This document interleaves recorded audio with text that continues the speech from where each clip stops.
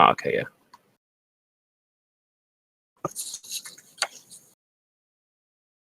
Okay, so I'll take AmazingAmpharos' audio. Killer.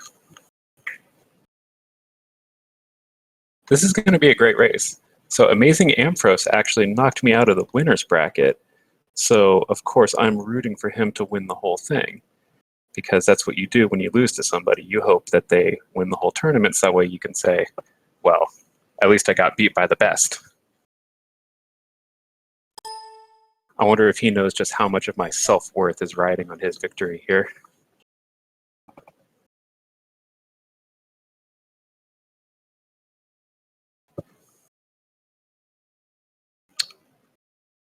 Oops, and we lost his stream. There we go.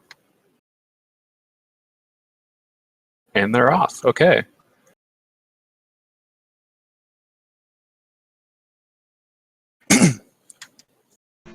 Well, welcome everyone to a Zelda 2 Randomizer tournament match between Shiner and AmazingAmpharos. The first thing you'll notice, if you're familiar with Zelda 2, is that this program has taken all of the items and locations of the original Legend of Zelda 2, Adventure of Link, and shuffled them around to make an entirely new overworld map and basically an entirely new game. At the beginning of the game, the racers are going to be going around and doing some item hunting. Over here on the West Hyrule continent, there are 10 items to pick up. 6 of them are basically for free. There are 4 caves on the overworld and a grass tile that each have an item to pick up, which can be anything from a piece of equipment to items that are necessary for retrieving spells from the towns. They can also be heart containers and magic containers. And then there are 3 palaces, which each have an item, and 4 towns that have spells. So there's a lot of stuff to collect at the beginning of the game. Looks like Shiner has dived into Death Mountain. Death Mountain contains something like 20 caves and 40 entrances, and it's really just a heck of a place to be. It's very confusing. When you go into the caves, you don't know exactly where it's going to eject you, so you can't, for instance, see the boulder, which is actually a location that these guys are going to be interested in when they find the hammer. You can't just see it on the left and go left. You have to just randomly go through these screens, which are in the caves, and just see where the game decides to pop you out. It can take a very long time. So part of the current meta is to kind of ignore Death Mountain until a bit later in the game, because it's a place where you could spend a lot of time looking for items that you don't necessarily need. A lot of people, including myself, like to, when I get into Death Mountain, just do a cursory look of the available cave entrances and see if you can find the hammer cave, which is identifiable by some pillars at the beginning of the cave, and just grab the item that is in there. Right at the beginning of the game, at the grass tile, we saw AmazingAmpharos at least pick up the magic key. That is an incredible item to find at the beginning of the game because it's going to make exploration of the palaces a lot easier. Inside the palaces are many locked doors, which you have to open with keys that you find in the palaces or use the fairy spell to get through. If you cast the fairy spell, you can kind of just blow right through the key door and continue exploring the palaces. But neither of our players have the fairy spell yet. So it looks like AmazingAmpharos is in the Heart Cave. It's called the Heart Cave because this is where you'll get a heart container at the... Oh no, this is Medicine Cave, I'm sorry. This is where you would ordinarily in the game pick up the Water of Life, which could be turned in at the harbor town of Mido for the life spell. But of course, in this case, it contains an item. I unfortunately didn't see what he picked up at the end of the cave. Hopefully someone in chat could let us know. Oh, it was the trophy, it looks like. So the trophy is one of the items that is required to retrieve a spell in one of the towns. Here on Western Hyrule, there are 4 towns. There is Rauru, Ruto, Mido, and Saria. In the towns of Ruto and Mido, you have to give a person in town an item, which will then give you access to their basement, where there's a sage who will give you a spell. The spell will not be the same spell that you would normally get in the game. Oh, we have AmazingAmpharos grabbing the raft. That's an excellent item to find at the beginning of the game. So you're not going to know which spell you're going to get when you retrieve a spell in a town. It could be any one of them, but if you were required to give an item in the original vanilla version of the game, you will have to give that same item to get the spell on that particular town. Ooh, AmazingAmpharos has just a heck of a screen right now with all kinds of dairas and birds that fly in horizontally and take your experience points along with your health. This is a challenging screen. And we have Shiner picking up the trophy as well, so he'll be able to get a spell himself. The beginning of the game is really a lot of, it's kind of like a crazy scavenger hunt, where they're just exploring the overworld, trying to get the lay of the land, identify where the palaces are, where the towns are, and pick up as many of these free items as they can. Once they get a nice complement of items in a few levels, they will probably start diving into some of the palaces, or if they found the raft, as we know AmazingAmpharos has, maybe sail over to East Hyrule, where there's a whole lot of other items that you can pick up for free. And when I say for free, that means that these items are available without completing any other objectives. They'll just be found either sitting in a cave or on a desert tile, or if they find Maze Island, there's 2 items and a palace available over there. So looks like AmazingAmpharos has found 2 towns and a palace over here, still in Western Hyrule. Shiner is doing battle with 2 dairas at once. That is not going to go well. These are enemies that you probably wouldn't be fighting at the very beginning of the game in the vanilla version of Zelda 2. And certainly there's no screens that have both dairas and gorillas and a bunch of bubbles flying up from the bottom of the screen. That is just a wicked screen he was on right there. We have a spell being collected on AmazingAmpharos' screen. It is the jump spell. Jump spell is not required to beat the game. The only spells that are required to beat the game are the Thunder spell, which makes the penultimate boss of the game, Thunderbird, vulnerable to attacks, and the Reflect spell, which is needed to defeat Karok in Palace 4. But the jump spell will give players access to the soldier in the harbor town of Mido, which will get them the downstab technique. The downstab technique is a wonderful way to do combat, and it also helps keep players safe as, looks like we have the fairy spell on AmazingAmpharos'. Oh no, sorry, that's the spell. So what the downstab does is allows the players to basically ride over some of the more difficult enemies in the game and avoid doing combat with them at all. Just kind of pogo on their heads. And wow, 3 towns all in the same district of Hyrule. It's a very interesting layout for the overworld here. Every time you play Randomizer, the overworld is going to have a different layout, so exploration is key at the beginning of the game. AmazingAmpharos is now diving into what is known as Heart Cave. It's known as Heart Cave because this is where you get a heart container in the vanilla version of Zelda 2.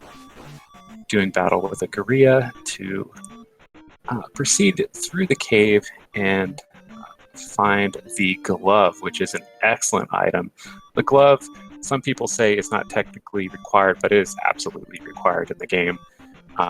Basically, no player would ever go through the game without picking it up.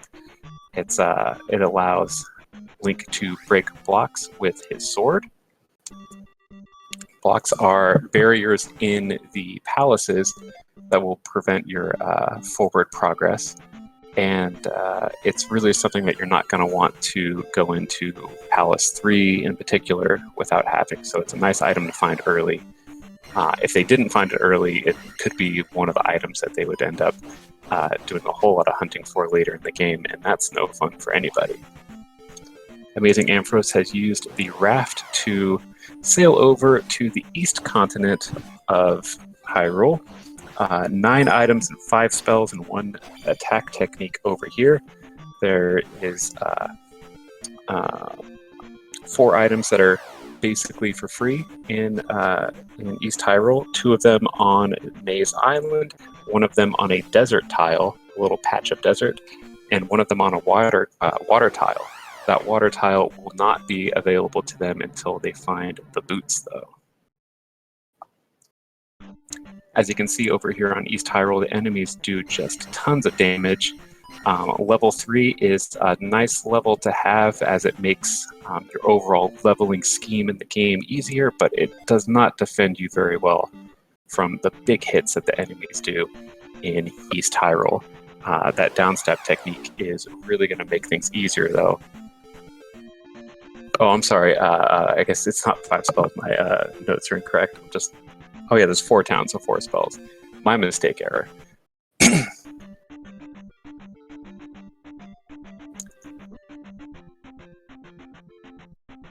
So I didn't see which palace Shiner dove into.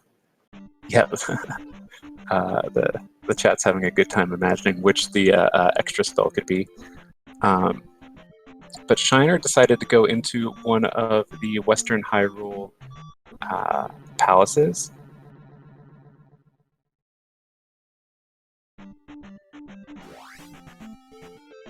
Shiner is in Palace 3 right now, making that jump, which is difficult for players like me.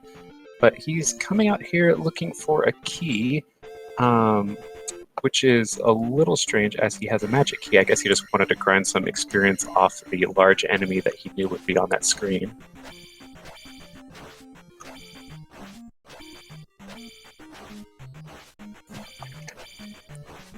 And he is now doing battle with an Iron Knuckle using those downward slashes, and he's just in kind of a bad position, and he takes a death.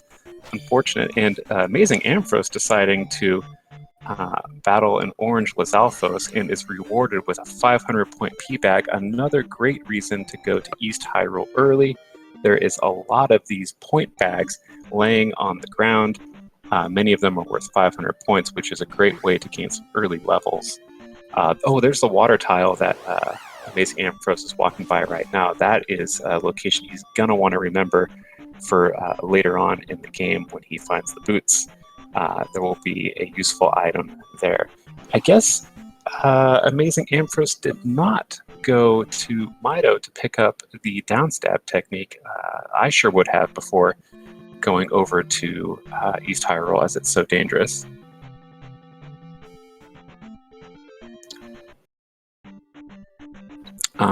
Oh, and AmazingAmpharos is now getting the key. So I guess only Shiner picked that up earlier. I don't know how that happened. That will make exploration of the palaces a whole lot easier.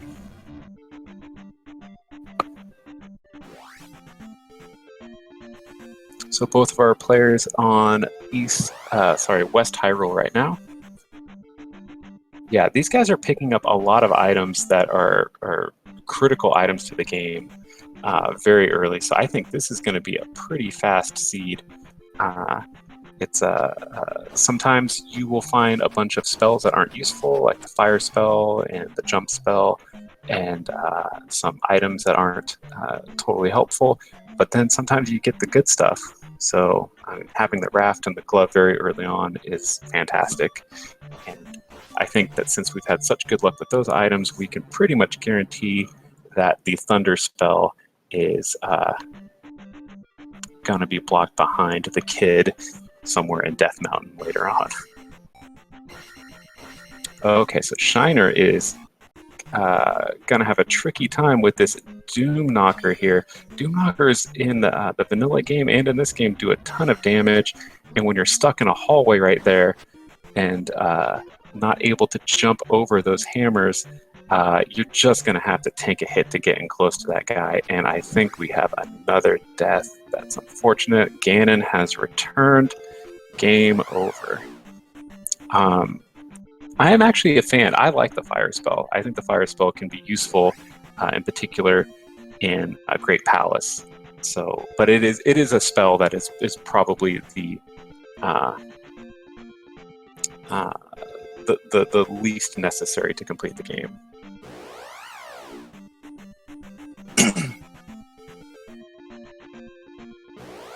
So what do we have here? We have Shiner going into Trophy Cave. This is the cave that in vanilla Zelda 2 you would find the trophy, which was stolen by a gorilla, and give it to the lady in Ruto to retrieve a spell. He has now found the raft, so East Hyrule is going to be available to Shiner. And it looks like Ampharos did decide to go back to Mido to get the downstab, which is something I would recommend doing as soon as possible. Oh, he's walking past to refill his magic so that he can cast that spell.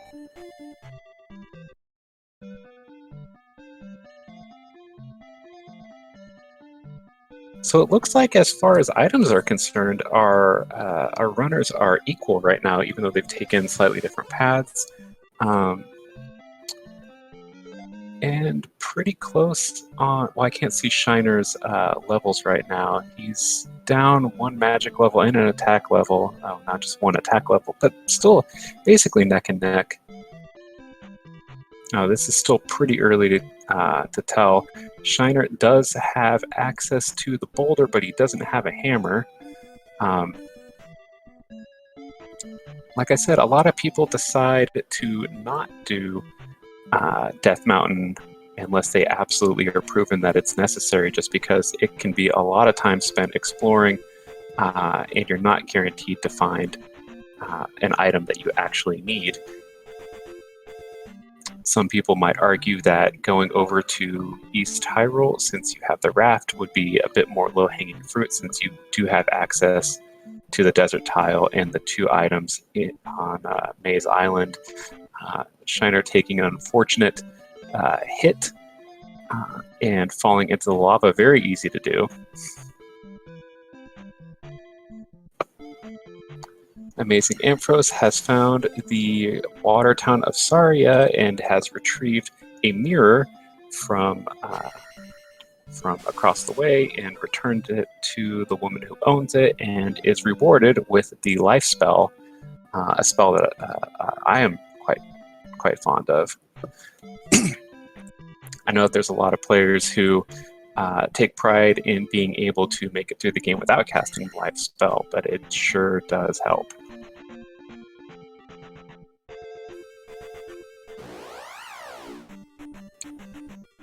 So I guess since things are calming down a little bit, we can talk a little bit about how the experience works in this game.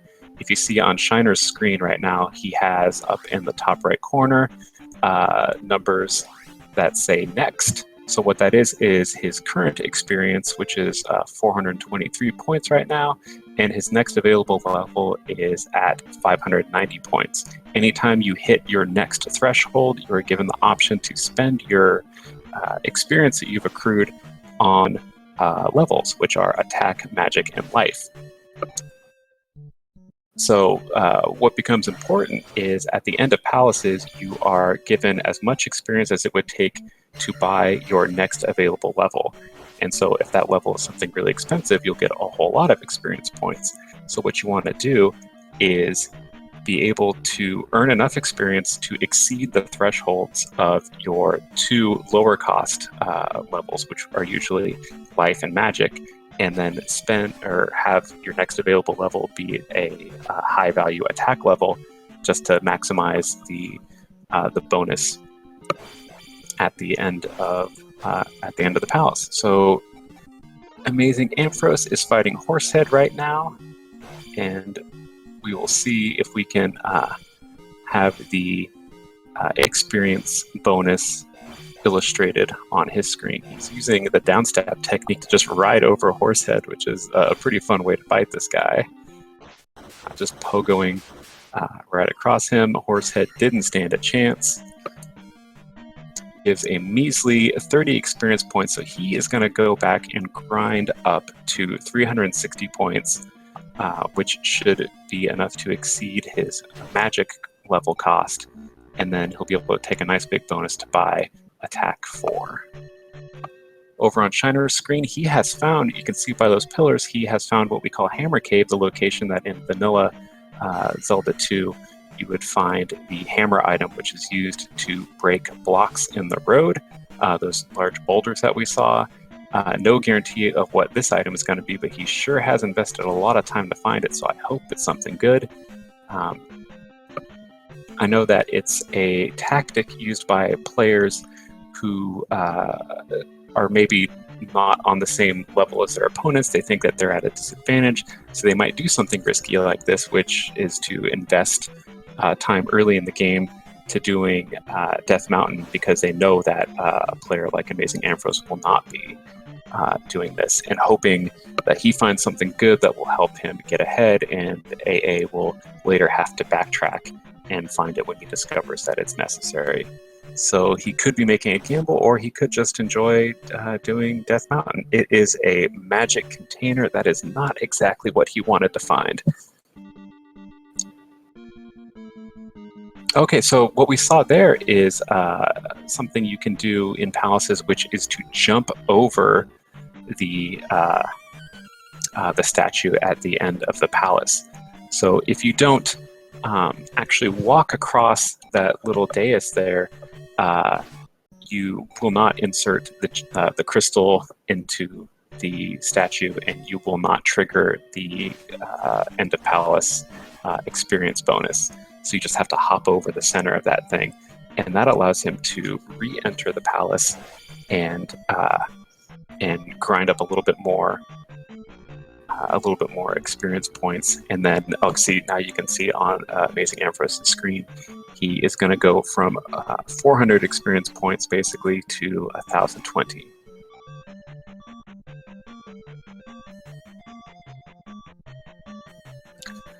So Shiner went into this cave, which in vanilla Zelda 2 normally has a pea bag. He found a 1-up doll, which is not the most useful item in Zelda 2 Randomizer. Digshake, who created the randomizer, has added a feature that allows people to use the up A input to trigger a intentional game over. And anytime you trigger an intentional game over in the randomizer, you will restart at the palace that you are currently in. In vanilla Zelda 2, that effect only happens at the Great Palace, but in randomizer, you can do it at any palace.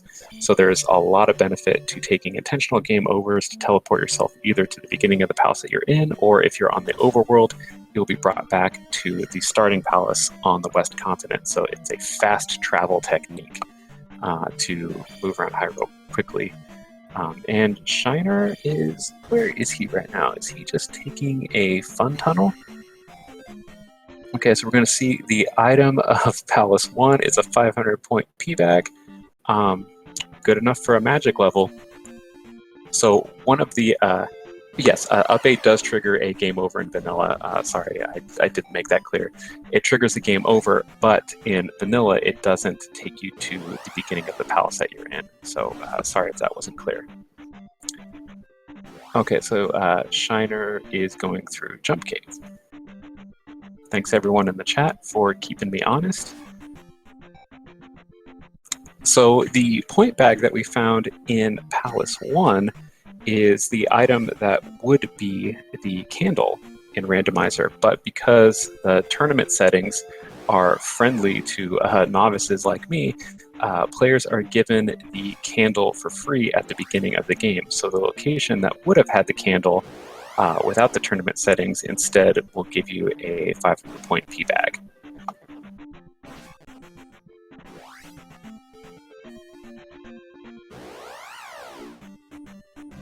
So yeah, both of these players are pretty guaranteed to be higher level players than I am.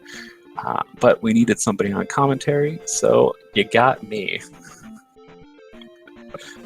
But yeah, if people in the chat have extra information, please do keep giving those shout outs.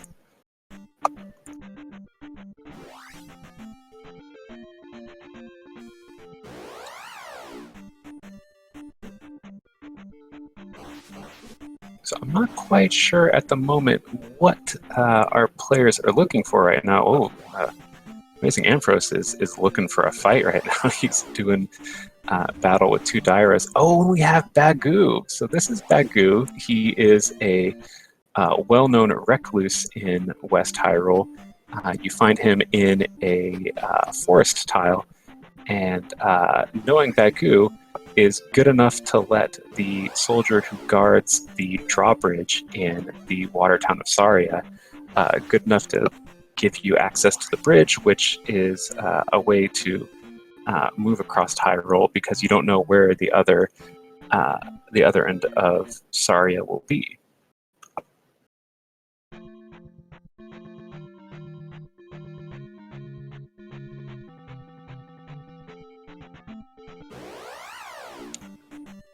So it's something that players will do after they've done some exploration on one of the continents. If they think that there are areas of the continent that they don't have immediate access to, a nice trick is to take one of the 3, I believe it's 3 caves that are connecting caves. You just pop in one side, go through the cave, and figure you'll discover where it'll drop you off on the other side. It could put you past some barriers that you weren't able to get past otherwise. That could be things like a river that is bisecting the continent, or any number of things. So if you find yourself stuck, just try some caves. Or if you happen to know Bagu, just see if the bridge at Saria takes you to the other side of the continent. It could pay off.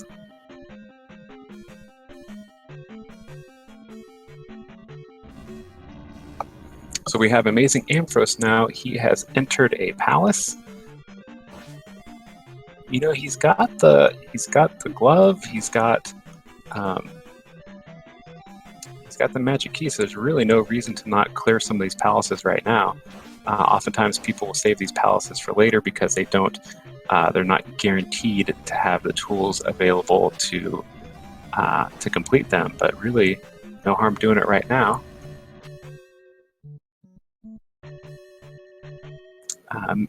We have Shiner. He is in Saria right now, and he found the mirror under the table and gave it to the lady.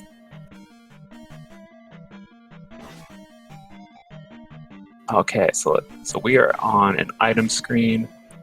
This is, I believe, Palace 2, and he found the cross.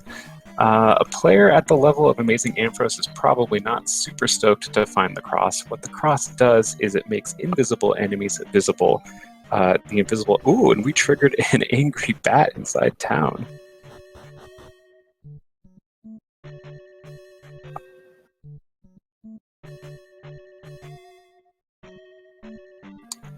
Okay, and so we have Shiner getting the life spell. So if you see that Moa, that flying orange eyeball on AmazingAmpharos' screen, invisible enemies look exactly like that, except they're purple and they don't drop fire. If you can't see them because you don't have the cross, you'll just be going through a combat screen on the overworld and you'll get hit by an invisible enemy. You'll lose a bunch of life and a bunch of experience points. So I think finding the cross is really great if you find it early on and you're doing low-level exploration of the Eastern continent. It can really save your butt.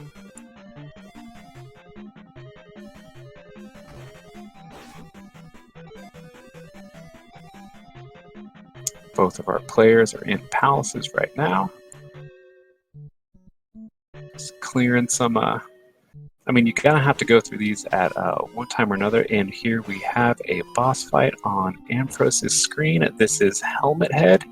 Ooh, and we have simultaneous boss fights, except Shiner decides that he is not ready to fight the boss. Maybe he's going to go grind a little bit. Not quite sure. It looks like he's making a tough decision. He's gonna go for it, and we have Horsehead knocking him across the screen. Poor guy. Horsehead doesn't do a ton of damage, but his knockback is serious when he hits you with that mace. And we had a pretty easy kill of Helmet Head on AmazingAmpharos' screen. He just needs to get past 620 experience points so he can take a nice fat attack 5.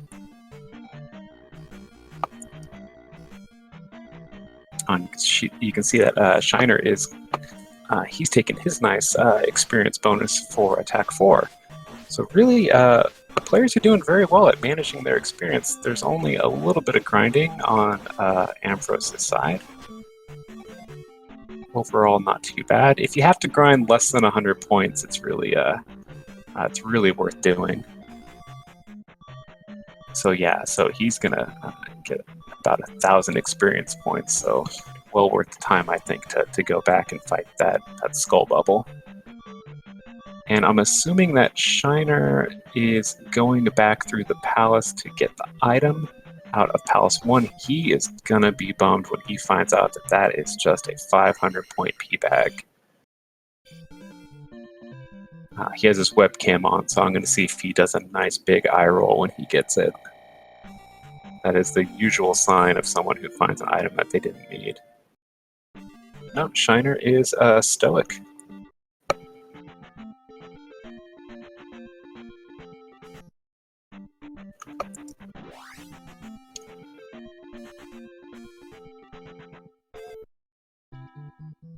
So our players are really pretty close to each other. Looks like AmazingAmpharos is really just one palace ahead, but these palaces go pretty quick at the beginning of the game. The further you go in the game, the bigger the palaces get, and it's much easier to get lost in them. And so being ahead, Palace 6, for instance, 5, maybe, those ones can take a lot longer. If you're just down one palace on the West Continent, that is certainly an amount of time that our players will be able to make up.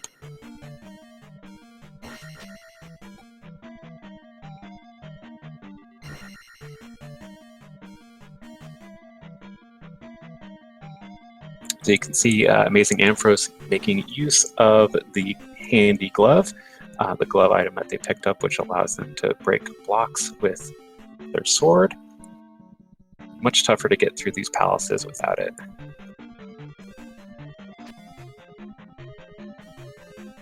And so he goes into that outdoor screen in the palace and turns right around. He doesn't need to grind on an iron knuckle. Shiner, meanwhile, is in Mido, and he just queued up the jump spell, which tells me that he is going to be picking up the downstab technique.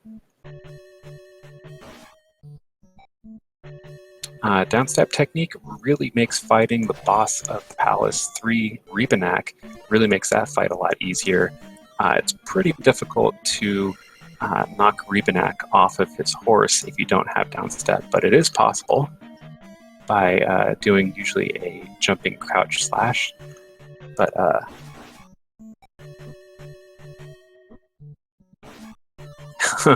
we have a nice pun in the chat. Might as well get the downstab because it's the town of Mido. Well done.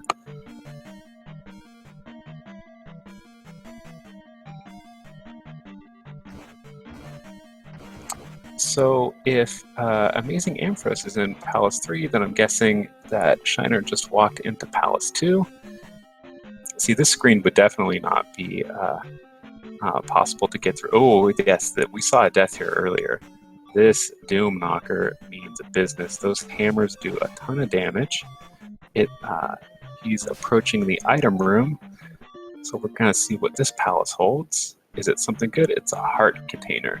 I mean, you need a few of those. The players at this skill level will definitely be able to get through the game with maybe 7 containers, 6 containers each.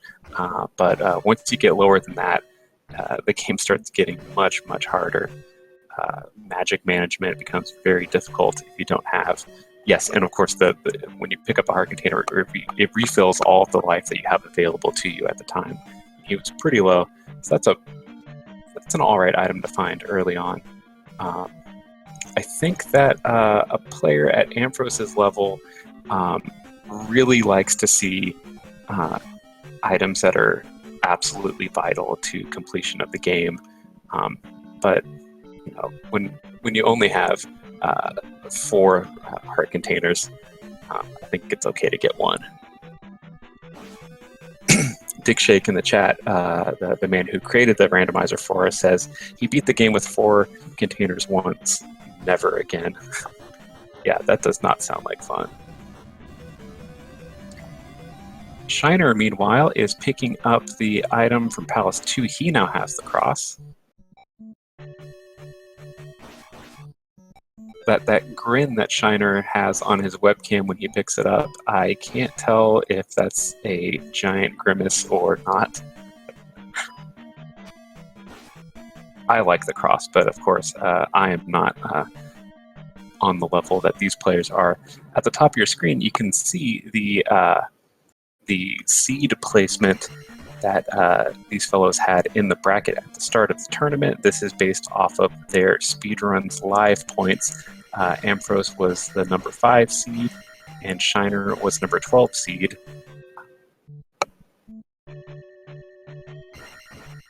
As I mentioned in the pregame, AmazingAmpharos is actually the gentleman that knocked me out of the winner's bracket. So, of course, I would like him to succeed and win the whole tournament, because then I can feel good that I got knocked out by the man who took it all.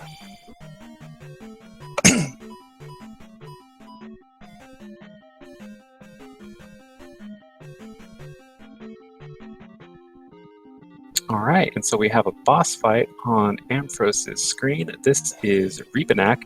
So he's getting himself positioned in just the right place to do a downstab over Rebanak as he charges in, and then follow him to the corner to be able to lock Rebanak in the corner and just pogo on his head until he dies. It didn't quite work out for him, so he's going to try it again. Also looks like he did not get the position correct for the quick kill, so instead Ampharos is having to do a little bit more down and dirty combat with Rebanak right now.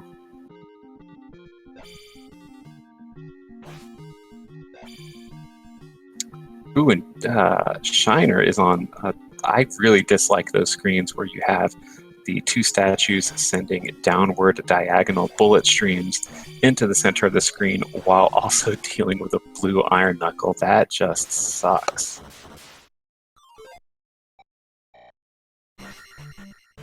Oh, so Shiner is recognizing that this is a dead-end screen, but decides to pop in to fight a Stalfos. He got a magic refill out of it.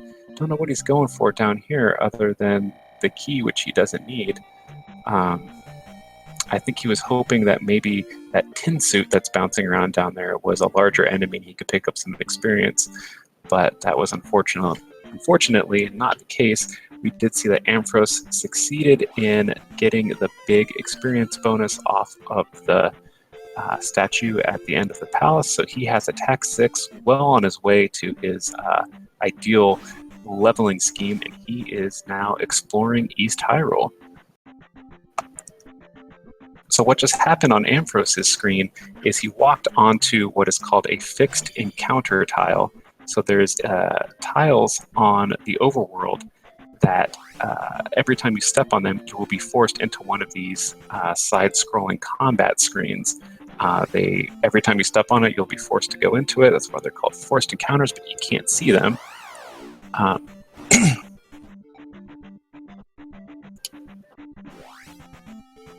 But he did have to go through that encounter to gain access to this southern section of the continent, and he has found the hidden town of New Kasuto. So this person right here will give you an item in her basement as soon as you show her 4 magic containers. That person can request anywhere from, 5 magic containers, She can request anywhere from 5 to 7. So that is the low end of her possible demands. So that's good news for our players. This spell is always available to you just by entering the town. This is the fairy spell, which we're delighted to see. I believe our players have the spell, which, if they're able to cast it, will get them access to an extra item at the end of town. What I mean by being able to cast it is each spell has a spell cost, and when you level up your magic, you don't gain more magic. What each level does is reduce the cost for each spell that you have available to cast. So he might have to take Magic 4 to be able to reduce the cost of spell enough to cast it. Oh, it looks like it's 70 MP to cast spell right now, so that's not going to be possible. Each one of these magic containers is worth 16 points of magic, so currently he only has 64 points available to him, so he'll need another magic container or a magic level to be able to cast that spell.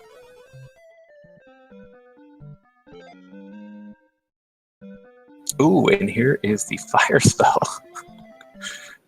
So it looks like the fire spell was in Firetown.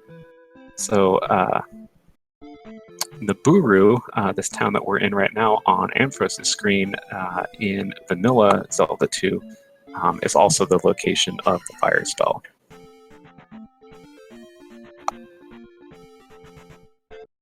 Yeah, so what we do know right now is that if Ampharos had done what Shiner did, he would have not only more magic, but he would be, well, I guess because he has more magic, he would be able to cast the spell at the edge of town and also gain access to the item in New Kasuto. So that is hurting him a little bit, but ooh, we have a death on Shiner's screen. I did not see how much experience he had at the time. So I can't judge exactly how bad of a death that was, but he is he's looking determined to get back in it. He was laughing it off, so that's good to see. Good to see. Oh, he was fighting Helmet Head the wrong way. That stinks. Ooh, so what we just saw on AmazingAmpharos' screen is a new trick that was discovered called Fairy Claws. So it used to be, in order to go down that chimney and gain access to the upstab technique, one would have to cast the jump spell and go hopping over all the rooftops and then go down the chimney. Or you could use the Runia super jump technique. But now we know how to go down the chimney as a fairy, and all it takes is crouching when you cast the fairy spell, and that lets you just go right down the chimney like normal. So that's a nice little time saver. Ooh, okay, so AmazingAmpharos just frickin' scored by getting a magic container so close to Hidden Town of New Kasuto, so he's not going to lose any time from not having gone into Death Mountain.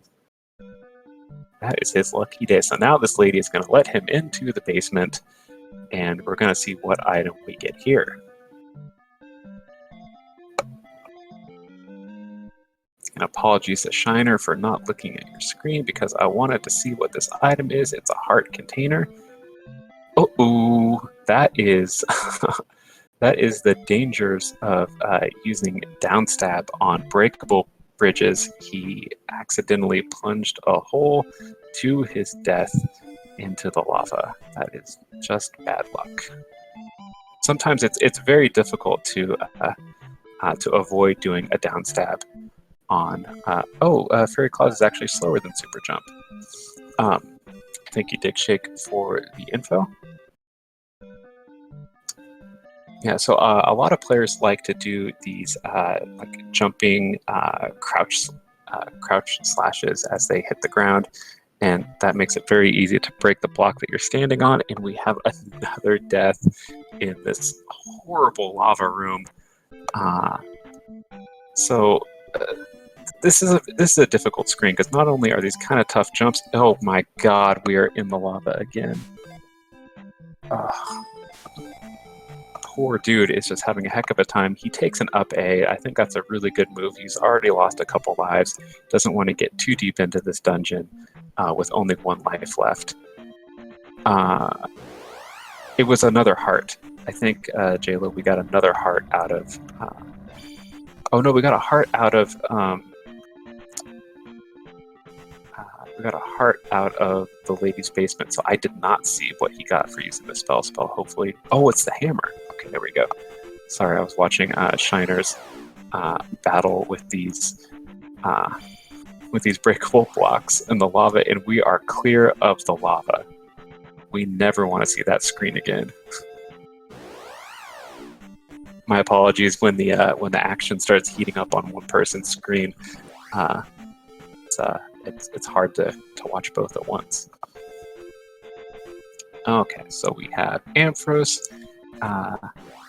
navigating a gigantic swamp with a large enemy chasing him down, but he makes it safely to Maze Island. On Maze Island, there is 2 of those hidden fixed encounter tiles that have pits. So once you fall down the pit, you'll get an item, and they're available just by walking onto that tile. So what you'll see these players do is just step on every single tile of this maze until they find those items. And then once they're done with that, we don't actually have the reflect spell from either of our players, so they will actually not be going into the palace, most likely, because they would not be able to beat the boss of that palace, Karok, which is a giant wizrobe that is only able to be damaged by reflecting his magic beams back at him. So we need that reflect spell. It's absolutely required to beat the game. Okay, so here's one of those pits. We're going to see what the first Maze Island item is. In the meantime, we're also going to watch Shiner do battle with Helmet Head. Okay, so that was another magic container. I think at this point our players may want these hidden items to be either the Water of Life, otherwise known as the Medicine, or the Child to bring to Darunia, because they need some more spells, because we do not yet have these Thunder or Reflect spells, which are both absolutely required to beat the game. We're also looking for the Boots. Boots would make navigating Maze Island a whole lot easier, and would also get them access to the water tile, which holds an item on the overworld of East Hyrule. Okay, so we're falling down another pit, another magic container. That's not what they were looking for.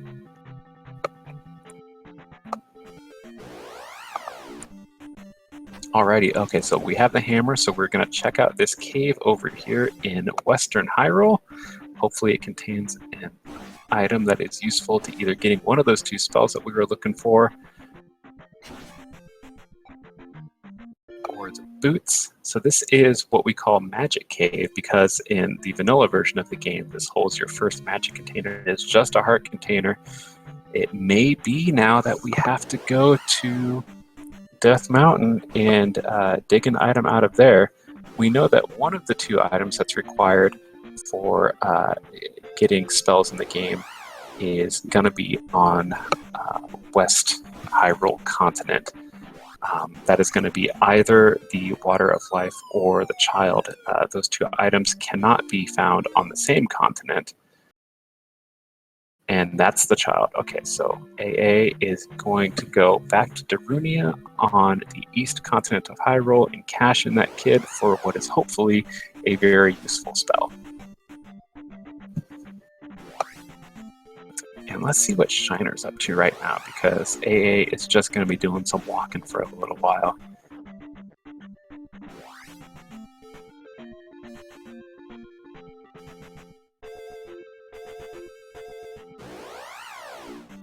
This is just some normal palacing that we have right here. Doing combat with one of these shield-wielding skeletons. AA is making his way back over to the raft spot. I imagine that a player of his caliber is going to have no trouble finding the town that the towns that he's found before. A lot of players like to take notes because it's kind of difficult to remember every time where the locations of towns are, and we see players all the time losing just minutes and minutes from not being able to remember how to get to places that they've already found. So what Shiner was doing there is a little trick that lets you break blocks that are directly above you. So when you're in a tight little corridor like that, it's possible to use jump slashes to break blocks overhead. He makes it past that difficult Doom Knocker to get a heart container.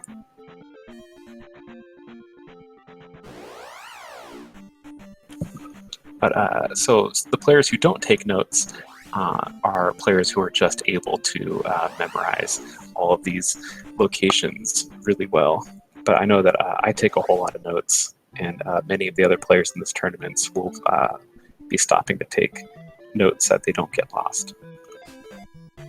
So here we are back in Darunia. This is where we did the Fairy Claws technique earlier. But now we have the item that the townspeople are looking for.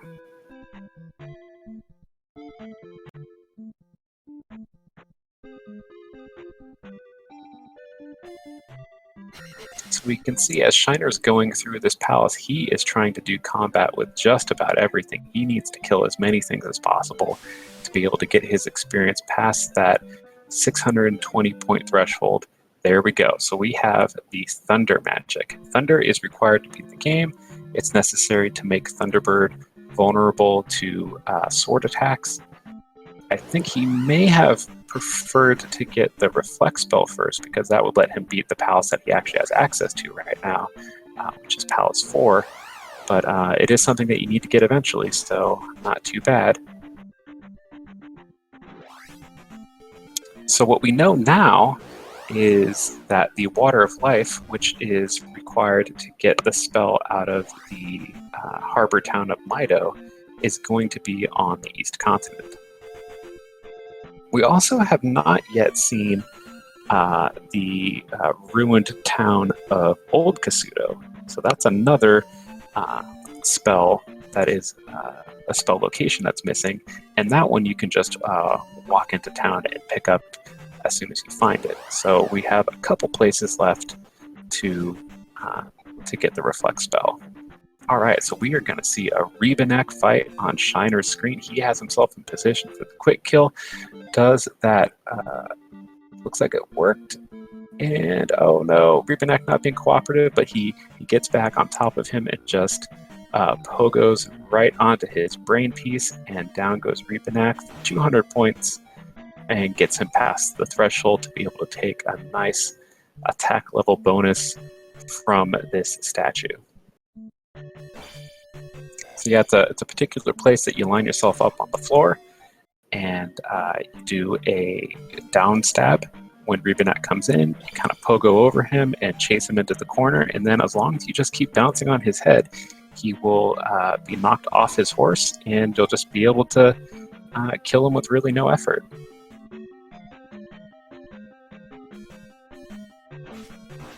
Ooh, and we see AmazingAmpharos going through an invisible wall, which is a very cruel trick that the game plays on you the first time you play this game.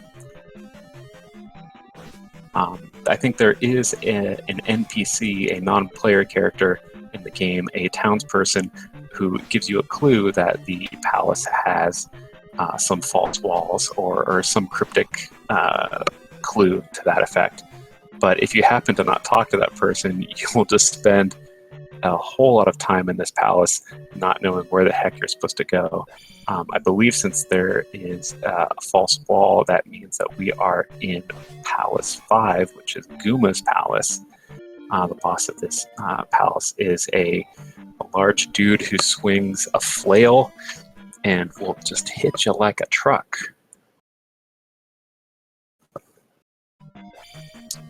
Nice use of the downstab technique. That's my favorite use of it. It's just being able to avoid enemies you just don't want to deal with. Pogo right over their head.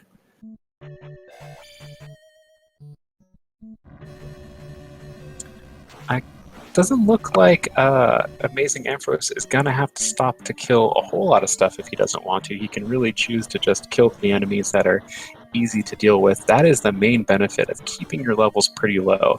He is at Magic 3, Life 4, which means that those spells are not going to be very costly, and it's so much easier to overcome those thresholds to be able to take a nice bonus at the end of the palace. And here is our fight with Guma, using nice, safe strats, just sliding up and hitting him in the knees and retreating to avoid getting hit by that ball and chain. This is a fight that can be really dangerous because if you get your timing off at all, he will hit you like Tyson and take tons of life off. Looks like he is going to complete this fight without too much trouble, though. He really only got hit once. And down goes Guma for 500 points. That's what we're looking for. And now he can take this end of palace bonus for the 4,800 experience points that he is due. I wonder if he's going to go to attack 7. That's a pretty common thing to do.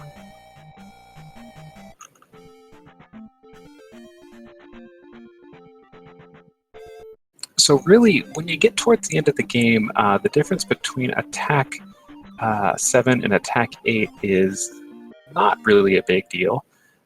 So 7 is a pretty safe spot to end your attack leveling at.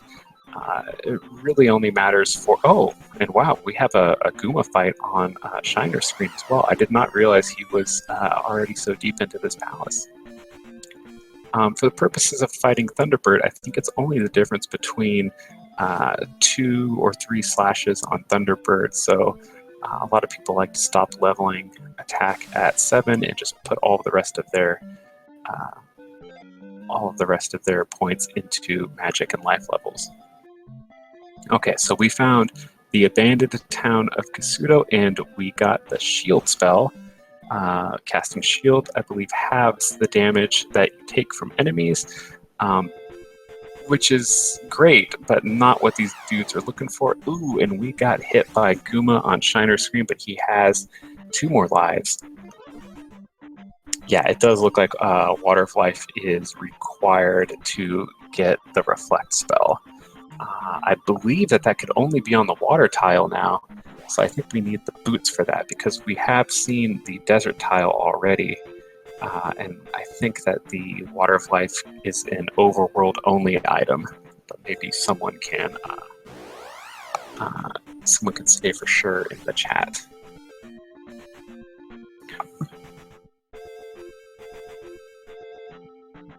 So I was looking away. Did Shiner defeat Guma and is maybe now grinding up a little bit of experience to be able to take a nice bonus? He may also just, while he's at it and looking for experience, look for the item in this palace.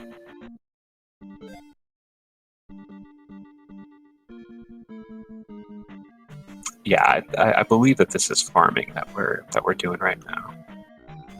They found the kid in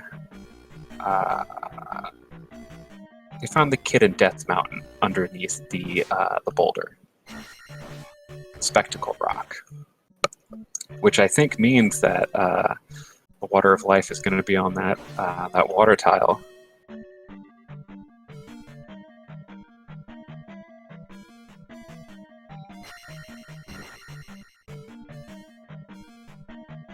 Boot blocked. So so what the term boot blocked means is that we're going to need the boots to...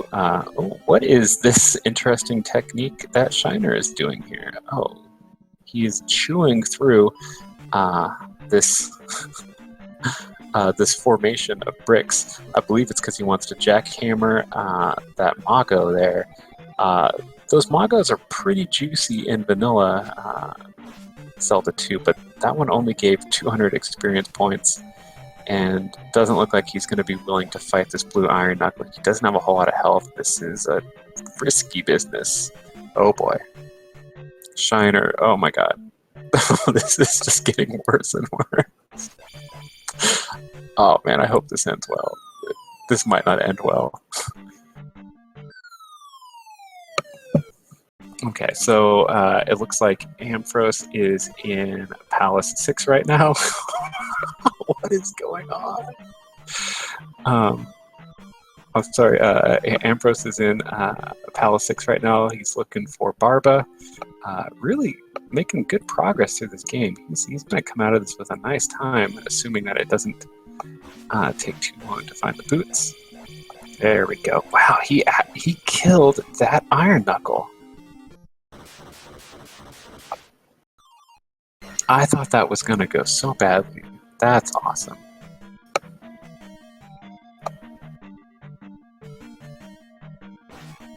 Oh, so he did not kill Guma yet. So yeah, the speculation of what Shiner was doing was he purely grinding to be able to gain a big bonus at the end of the palace, or was he grinding to get more attack level to make the Guma fight easier? That's I don't have access to his brain right now, so we'll just have to guess what his intentions are. Picking up the key, even though he doesn't need it. And what is Ampharos doing right now? He is on his way to a big palace bonus, and he's found Barba. Barba is a dragon that pops out of this lava right here, guaranteed to spawn on. So guaranteed to spawn to the right of where Ampharos was standing a moment ago if you enter the room and without stopping. So a lot of people, if they end up slowing down as they enter the screen, they will exit and re-enter to guarantee the spawn location of Barba. Using this really cool upstab technique, which I think is a very safe way to fight Barba. Just hitting Barba right underneath her chin, and down goes Barba, and let's see how much experience points we get. Plenty enough to be able to take a fat 9,000 bonus off of this palace. So we'll see what his end game leveling is going to be.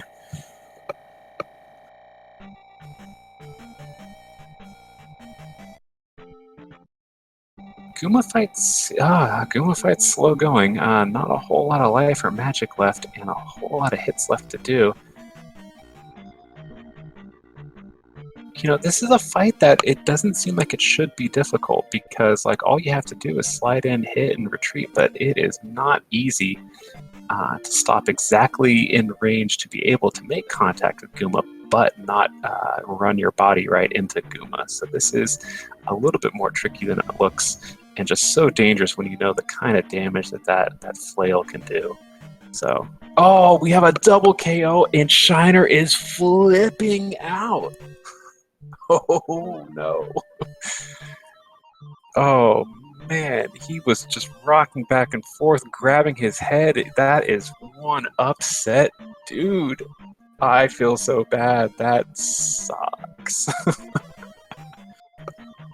Double KO, yeah. In the circumstance of a double KO, I actually don't remember whether or not the boss stays dead. I think you have to do the fight over again, so that's a lot of time lost and a lot of experience lost because it was a game over. And oh man, that is just unfortunate. And he had worked so hard to get that experience as well.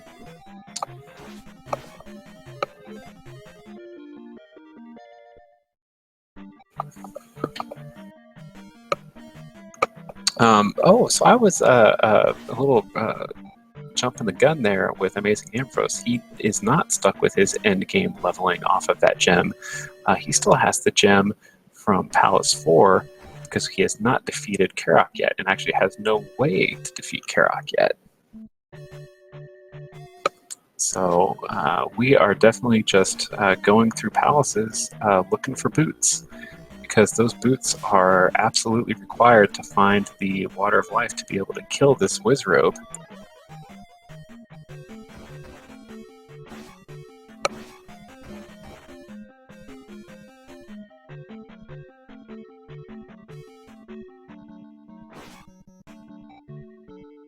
And so I think one of my least favorite things about Randomizer, I mean, I love the Randomizer. I play the Randomizer all the time and appreciate this gift that DigShake has given to us Zelda 2 players, casual like myself, and some of the more serious players as well.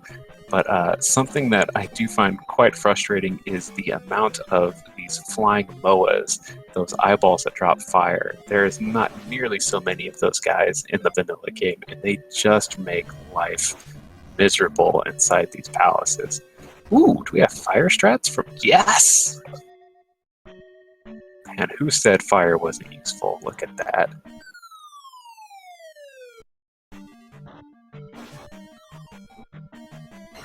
Okay, so it looks like we took a death on Guma. Shiner is smiling. He's looking like he's enjoying this fight, even for how frustrating it is. Oh, but now he's actually in combat. He has a very serious face on. He is going to take Guma down this time for sure, and he's doing double hits. Oh no, he is stuck in the corner, but he's fighting his way out, and he's whipping his head back and forth in frustration. Oh, man. Yeah, I mean, just look, even with the life spell, the freaking damage this dude does. My apologies to Amphros that we're not paying attention to your exploration of the palace right now, but we have a fierce battle over on Shiner's screen. Doing pretty well this time. I don't know if he has a cast of life left in him. I figured he would have already done that, because the life spell only heals you back 3 boxes of health, so I don't think he has the ability to cast it. I think he gets 1 cast of shield, and that's it. I wonder if he would consider grinding up a magic level to be able to cast that life spell. Yeah, I think the Countess is right. The Countess in chat is saying that no one could follow Palace 6 exploration anyway, and that's kind of true. There's a lot of pits to fall down in here, and so very difficult to know exactly where you're being spit out relative to everything else.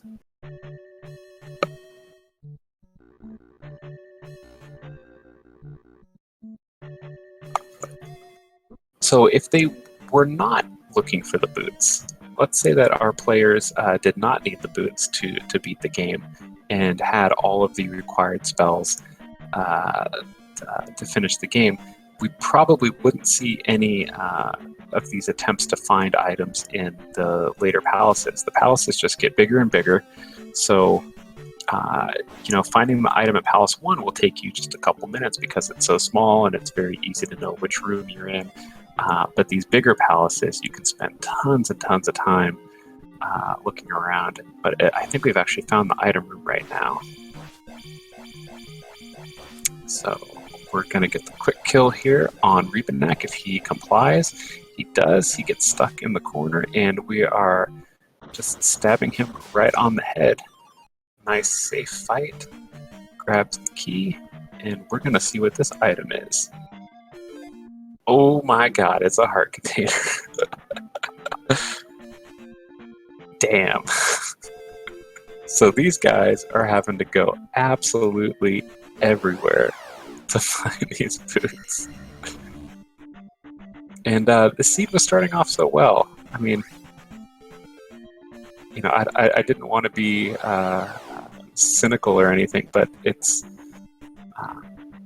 something that you expect when you start off a seed by finding the raft and the glove and all of these useful items right at the beginning, is that you're going to have a real tough time finding the item required to get the thunder or reflect spells. Seems like that's just the way it goes. Like a quick start is a slow finish. Oh, so we had a really nice little downstab pogoing over Guma's head. Oh my god. Shiner cannot be happy right now. He's really having a difficult time taking down Guma. And I mean, anyone who's played this game knows what it's like. This is a really tough fight. So I am not going to be critical of him in this situation. It is just not easy. And when you're at attack 5, you have to hit him so many times, and it's just so much easier to slip up when you have to just stay in the fight for so long. And yes, Dick Shake makes a point that it's very easy to become tilted, which, if you don't know, is a term for someone playing a bit below their normal ability level. And down goes Kuma. There we go. Well done, Shiner. He looks anxious to get the hell out of this place. He is not going to grind up anything. He wants to leave right now. But going on tilt is, there's the boots. I mean, we knew they were in here, but it's good to see them. It's something that happens to everyone, you know, when things start not going well. It's just, it can start to get in your head. And very, very good players can start performing less than their best when they become frustrated at a really long and grueling fight like Guma. So I think he's going to cleanse that tilt out by wrecking a blue Lizalfos on a very dangerous bridge screen. That was some nice work there, using both upward and downward slashes. That was pretty sick. So I hope he starts feeling pretty good right now, shakes off that Guma fight, and just progresses the way he knows he can. I mean, you're not the number 12 seed in the randomizer tournament without being a player with some skill, so we know he can do it. So I wonder if at this point Ampharos remembers where the water tile is, or if we've even seen it. So the boots got a significant upgrade in the randomizer. So in vanilla Zelda 2, when you got the boots, you were able to walk on very specific water tiles. And it was kind of obnoxious that you just have to go into the ocean and just start bumping up against every water tile until you found a path that let you get through using the boots, because you couldn't walk on just any old water.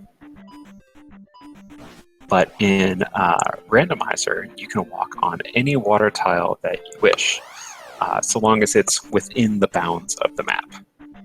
And it's a really great way to be able to safely move through a continent. You cannot be pulled into these fight encounters when you're on water tiles, so you can dodge enemies by walking on water and just move more quickly than you would have been able to otherwise. But in this case, it's most important because you cannot walk onto the water tile that has the hidden item without the boots.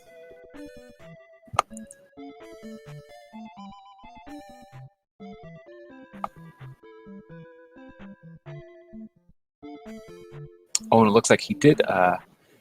He must have gone to the water tile and picked up the Water of Life while we were watching Shiner, and now we get to go to Harbor Town of Mido to pick up what we know is the Reflect spell now. So now he can go back, AmazingAmpharos can, go back to Maze Island, back into Palace 4, find Karok, defeat Karok, place the gem, and make his merry way to the Great Palace.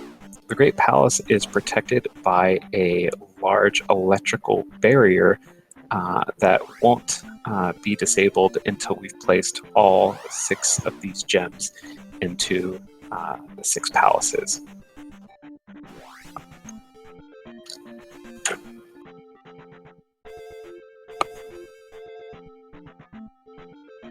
So what is Shiner up to right now? He just took a connection cave to move across East Hyrule.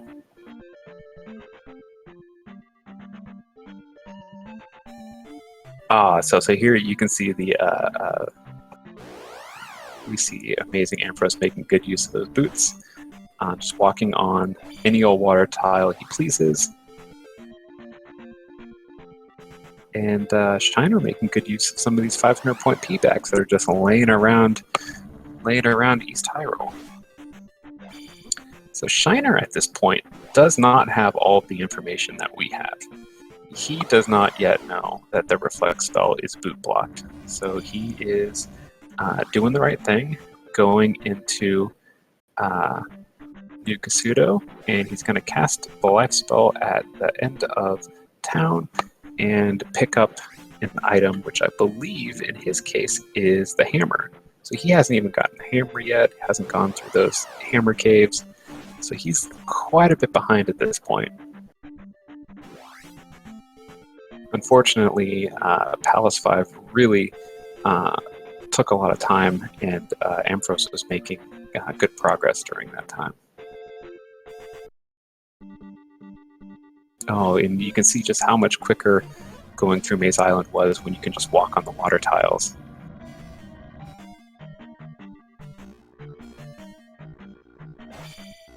So there is Shiner picking up his hammer. So I believe there was the magic cave on the western continent that was blocked by a boulder, and the boulder in Death Mountain, which has the kid to bring back to Darunia. So those are probably the next objectives that Shiner is going to be checking off his list. I mean, it really looks like at this point it's going to be smooth sailing for Ampharos, barring any just total catastrophe. The Palace 4 is not a humongous palace, so it shouldn't take him too long to find Karok. He has no need or interest, I don't think, in any item that might be in here. And in fact, he already pulled the item out, which was the boots. I'm pretty sure this is where he found boots, so he just has to find the boss and do away with him.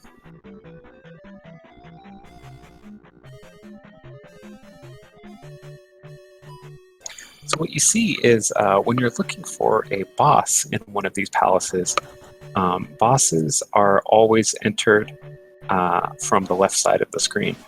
So if you're in a palace and looking for a boss, you will always be taking right turns, walking off the right edge of the screen, because you know that you will never find a boss by going left. Oh no, he still has an item here. This is the flute. There we go. Oh, my apologies. So he hadn't found the item. Boots were in 5. Yes, so plunger in P4. That's what we just got.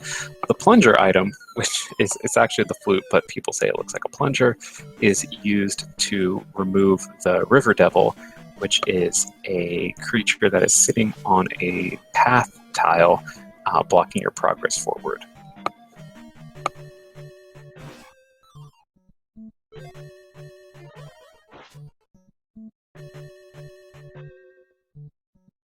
It's a rare seed in the randomizer where you actually have to use the flute. Very few of these seeds are flute blocked. And so when we say seed, what that means is when the randomizer makes a new version of the game for you, you have to give it some information which it uses to base the randomization off of, and so that's called a seed. So that just has become the term for the game file itself that the players are playing. So when someone says it was a bad seed, that just means that they had a difficult randomizer game. Okay, so we see Ampharos casting the reflect spell. Kind of like the Barba fight, if you enter the screen without stopping, you're guaranteed to get that first hit on Karok, and from there you can just proceed to the right side of the screen and reflect all of these magical beams back at him. This is one of the fights where your attack level doesn't have any effect on the damage dealt to the boss. The damage is always the same, since you're just reflecting back Karok's own magic spells.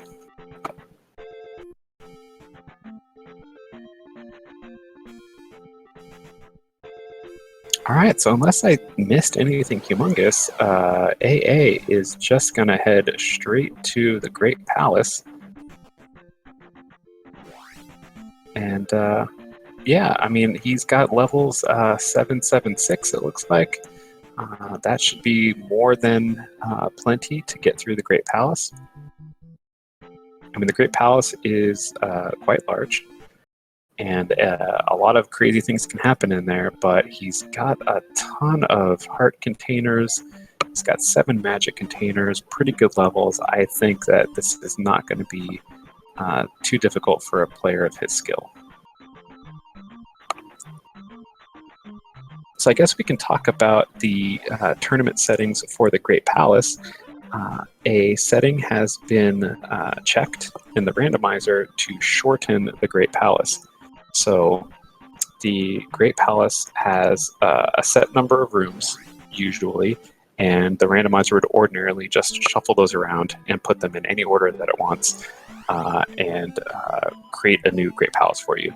But what shortened Great Palace does, it just removes a certain number of those screens that are available to be shuffled, takes them off the deck, and so it limits the total number of rooms that the Great Palace can have. You can still have a Great Palace where the second and third rooms you find are Thunderbird and Darklink, but the overall number of rooms will be less than the total available rooms that they could have.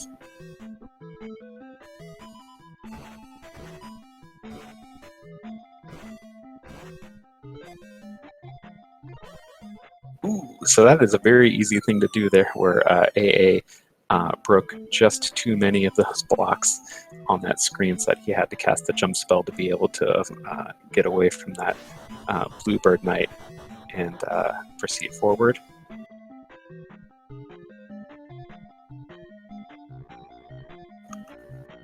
So now we just get to see how trolly the Great Palace decides to be. And when we say trolly in reference to the palace, it kind of just means like how many dead ends are these guys going to find? How big is the palace going to be? It looks like Ampharos is using the traditional method of exploring Great Palace, which is to just take all of the right turns that you can until you're dead-ended and forced to go left. Okay, so the Great Palace ordinarily has 57 rooms in the vanilla version of the game, which is the exact same number of rooms that Level 9 has in Zelda 1.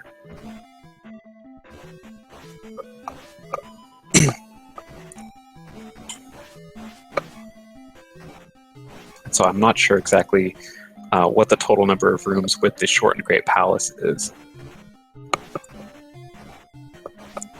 But it is definitely less. Excuse me.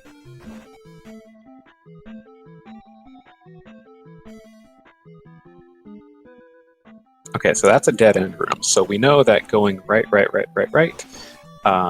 has not revealed Thunderbird. Okay, so with the shortened Great Palace settings checked, the palace can have anywhere between 29 to 43 rooms. Thank you, Dig Shake, for the info. So Ampharos now is going to go to the last intersection that he made a right turn at and try to find another branching path that has a available right turn for him, most likely. Or just go to the left. See if he can find some nice right turns to make and hopefully find Thunderbird. This enemy here, there's a red guy who is shooting fire, is colloquially known as a spicy chicken because it's a bird of some sort and it's spitting fire. So that's the fun name that players have come up with.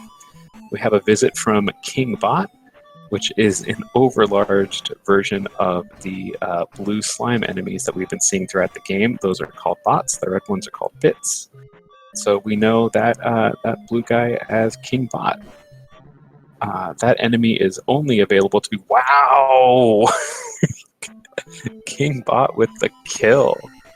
is coming out of nowhere from these this brick lattice structure in the middle of the screen. Attacking with a vengeance. And so the bot's just going to chase him across the room. Man, I love seeing that guy. Yeah, the players of Zelda 2 Randomizer have called getting attacked or killed by a King bot getting Buzz Thundered. So I have to assume at some point in Buzz Thunder's Zelda 2 Randomizer career, he had taken a big hit from a King bot. But I don't actually know the history of that.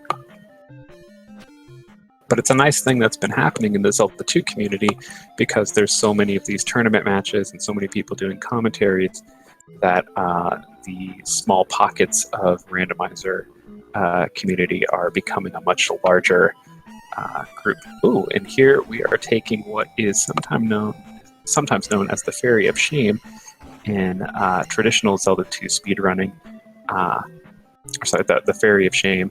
But I don't think there's any shame in it in Zelda 2 Randomizer. In this case, we have no idea how big this palace is going to be, and it's really just a bit of safety to grab that fairy and not risk getting a game over at, say, Thunderbird. Another one of those spicy chickens. All right, so we've been watching the Great Palace because, it's nice to watch a player when he's on the home stretch of the game, but we've been ignoring Shiner a little bit. Looks like he has found a item pit, but he's already got the item out of here. I wonder if he's going to... yes, we know it as the Fairy of Safe. I wonder what he's going to do right now. We know he doesn't have Reflect. He could go into 4 and look for the item if he hasn't already pulled that out. We know that that item is the flute. We don't know if he knows that, or maybe someone has been watching his screen while I was watching the Great Palace. But otherwise, is he just farming for experience because he's going to take an up A and go explore West Hyrule?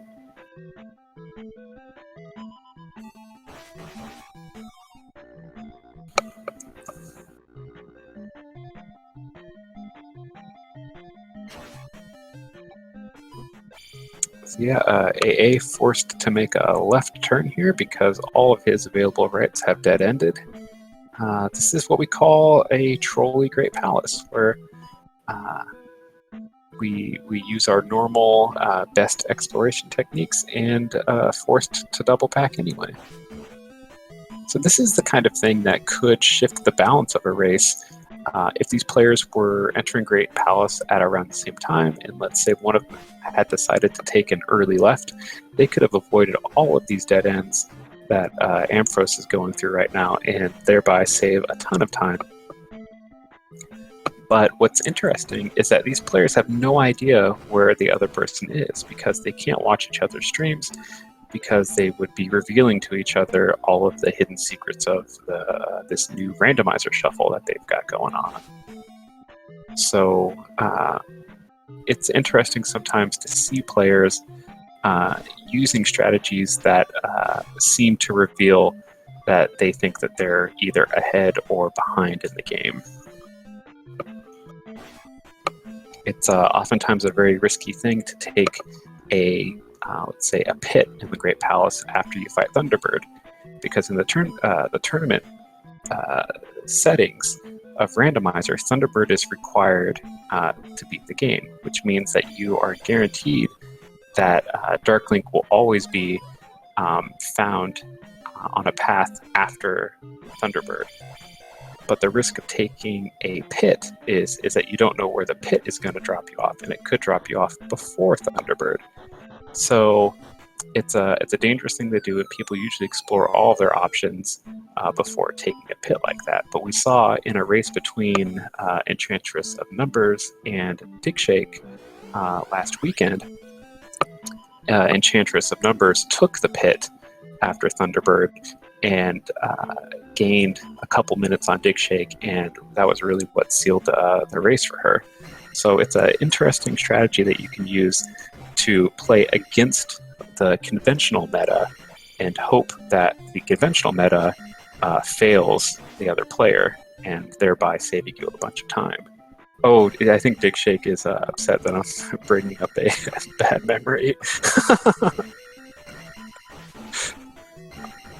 It's very helpful for the context of explaining the concepts and meta of Zelda 2 Randomizer. Oh, apparently Enchantress always takes the pit. Well, there you go. But that is an example of a decision that someone might make based on how they feel that they're doing in the race. All right, so AA is looking for the hidden jar. We see Shiner is picking up a heart container. Whatever that item was, he was hoping it was something else, I'm sure.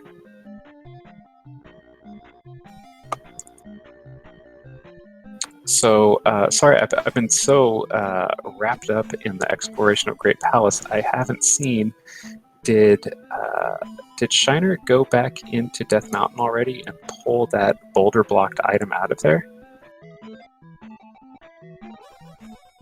Yeah, okay, so now Enchantress is admitting that that was a gamble that was necessary to beat the game.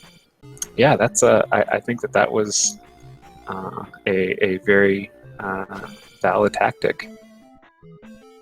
Okay, so Shiner has not gone back into Death Mountain yet and pulled out that item.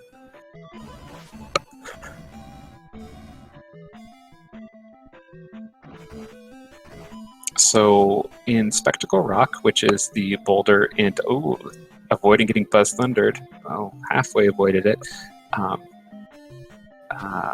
The Spectacle Rock item we know is the child that needs to go back to Darunia. So he is going to find an item that will get him a spell.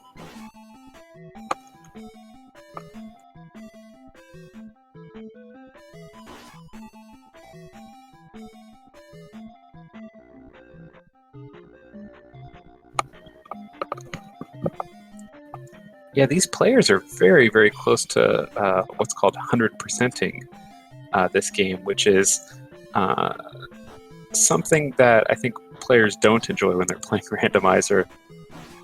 One of the fun things in Randomizer is getting lucky and only needing to pick up the minimum required items and getting a very quick time.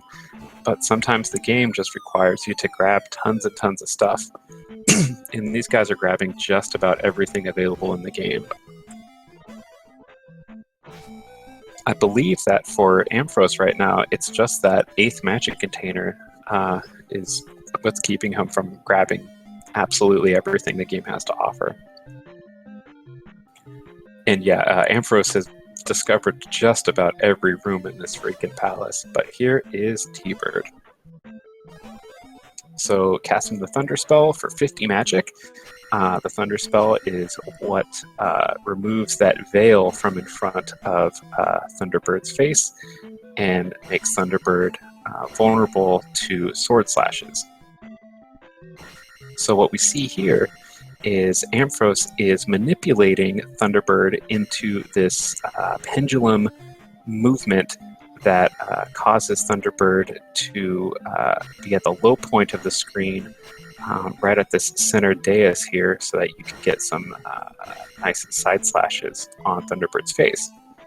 I believe he also cast he definitely cast the shield spell, which effectively gives him twice as much health, and also cast the reflect spell, which allows his shield to block those fireballs and also shrinks the hitbox of Link overall. Makes him a lot slipperier to hit. So that was a pretty doggone good Thunderbird fight. Not a whole lot of wasted time in there. Stayed pretty safe. I think Ampharos could be quite happy with that. And we find a dead end. So yeah, this Great Palace is going for maximum troll and basically requiring it seems, Amphros to go to every screen available in the whole joint.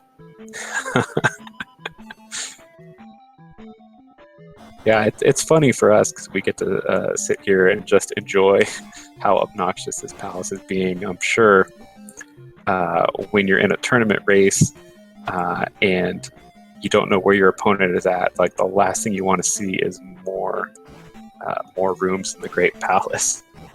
Because each one of these rooms, besides just the time that it takes to go through it, is potentially more bird nights and more spicy chickens that could just kill you. And here's speak of the devil.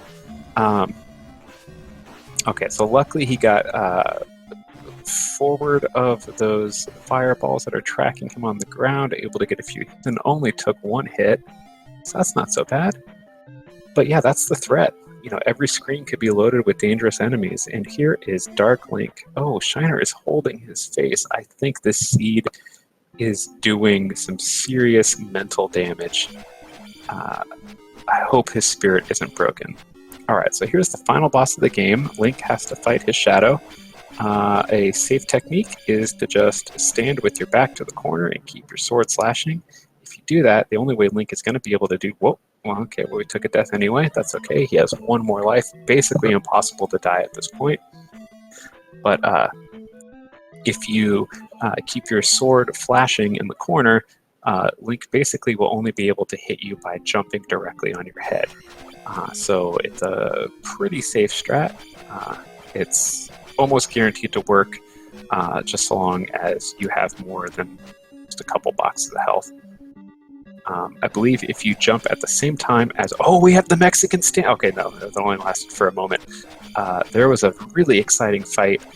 I think it was the Dark Magician race versus... I'm sorry, I don't remember who his opponent was, but there was a Dark Link fight that Dark Link had actually got 3 kills on our players, and at one point, Dark Link was doing that right there, where he just stands off and doesn't come forward, and you don't really know what to do, and so the player walked forward to trigger Dark Link back into action and got killed and sent back to the beginning of the game, or back to the beginning of the palace. But it was a very... Oh, it was V. Resner who was in that fight. Man, go back and check out the VOD of that match. V. Resner versus Dark Magician. That was an exciting match. AmazingAmpharos has finished in first place with a time of 1 hour, 35 minutes, 36 seconds. Well done. Congratulations. Moving on in the tournament.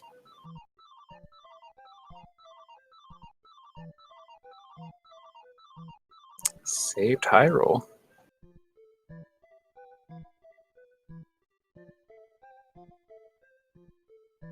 So yeah, that is a nice time for a basically 100% clear and 100% Great Palace. I mean, the seed made it so that, you know, they just had to do every freaking thing in the whole game. There's, you know, it's hard to tell just by looking at the numbers, you know, how well a player performed, because you know, a time of 1 hour 35 minutes on what is considered a fast seed, where you don't have to do a full clear, could actually be an indication of slow play. But this was a very, very long seed, so that time is just great. I wonder, J-Lo, if we could invite Ampharos into the call so he could speak about his performance and just give a little bit of a post-match interview. I think that would be really interesting to get his thoughts on this one. Okay, so Shiner has found Darunia. Hello there. Hello. Welcome, Ampharos. That was a heck of a run. I was actually getting pretty worried with how long the hunt for the boots took me, and then full clearing the Great Palace. Yeah, it was quite spectacular. I don't think that there was any more that the game could have asked you to do except pick up one more magic container. Yeah, we were talking about Death Mountain. yeah. That's really the only thing that you didn't get. Yeah, like I thought I might be ahead because my time was still okay, and the seed I could tell required everything. Because, Mhm. Kid from Death Mountain was hammer blocked, led to Thunder, and you needed Boots to get medicine to go back to Mido for Reflect. Boots were in P5, so there you go. Yeah, so that's the funny thing, like the sort of mental game that's going on as the players are playing, since you don't know where your opponent is. If you are taking a long time exploring and looking for those bits, you might feel that you're behind. It is some consolation knowing that your opponent is also going to be boot blocked, so they are going to have to find it. But it's neat to know what the players are thinking while they're going through those situations. I'll tell you what was crushing, though, and that's when I took that drop in Great Palace. Because I knew there were two drops. One would lead Mhm. me backward to there, and the other would lead me to the room that led to Thunderbird, and I was almost certain that that drop to that particular room I hadn't seen was going to be the path to Thunderbird based on what I'd seen, and it was a 50-50. Oh man. So were you just sweating bullets when you took that? Just praying that it's going to be the right one? I mean, I was pretty depleted, like I had another life, but my Mhm. logic was if this is wrong, I up A, and better to just find out now, and if it's right, maybe I can just squeak the seat out. You Totally. also have to realize I thought the drop was going to be to the one without the jar. I didn't realize the jar would be there. Because when I went through that first one, I didn't need magic, but I looked to see if there was an enemy on the right, and there wasn't. The Moa must have moved off screen. The enemy's the tell for the jar. If it's not there, there's a jar.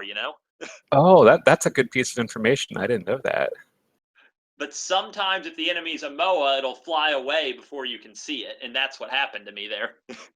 Oh, okay. So yeah, so you thought you were going to take the drop and not have any way to refill your life, but luckily you did and was able to make it Yeah, through. like I had one more life, but it was going to be I'd have to beat Thunderbird on my last life and just hope Darklink was close enough that it wasn't a problem. Mhm.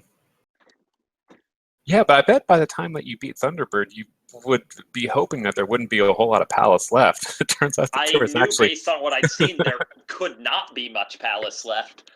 but there still was. Still, I I mean, think there there was was a little bit. It wasn't really that long. Like no, but even there. seeing that dead end didn't bother me because I'm like, Mhm. well, it dead ended me, but it dead ended me quick, so Yeah. one more path. It's always disappointing when you just about full clear Great Palace, but miss just one room. You want to be able to say you full cleared it, right? Yeah, absolutely. Yeah, I mean, it felt like full clear. I was not counting screens, but it I really went every seemed like, possible direction. oh my god. Like it's the shortened Great Palace, so a lot of rooms I didn't enter because they didn't exist. Mhm. But every room that existed in this Great Palace I entered. So just so you have a little bit of information on the race, you and Shiner were actually really tied through the beginning part of this match, and it was an unfortunate thing that he just got delayed for a very long time as Guma's guest. He took a number of deaths and game overs and did a bunch of grinding in there, and I think that basically led to um, most of the time lost here, and then maybe a little bit of tilt on top of that from having taken some deaths. So So, he but it was was. with me as late as when we entered Palace 5. I think he went into Palace 5 sooner than you did, but he went there pretty early, and I think earlier than maybe he should have. But it was yeah, you guys were pretty neck and neck for a lot of it. I mean, you took different paths, but then you ended up kind of converging again at different points.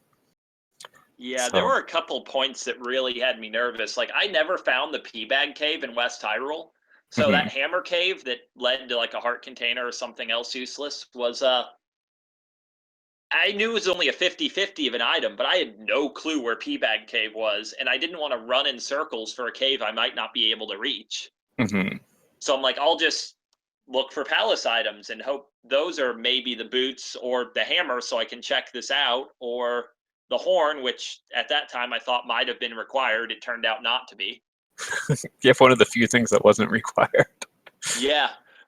Because, I went east real early, my logic being it's like, okay, a 500 P bag, quick attack 3, and there's so many free spells and items over here. Let's just see Mhm. what I encounter.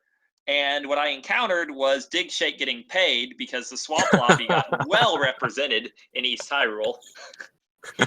I'm like, okay, Palace 5, horrible bridge encounter that I'm skill blocked from crossing. Palace 6, and the water tile. And that's all I can reach here. Yeah, because you actually went over there your first time even without downstab. Yeah, because I was like, I haven't really found any important spells. I didn't have Fairy, Thunder, or Reflect at the time. I'm like, maybe I can just pick up some quick stuff over here and it'll make my trip through West Hyrule more efficient. Sure. And instead, it was a wall of swamp, but I'm like, well, okay, what can I do? I think I was correct not to dive into 5 or 6 with those low stats and no downstab, though. Yeah, I think that was the right move. It was interesting at the time that you spent over there in the swamp.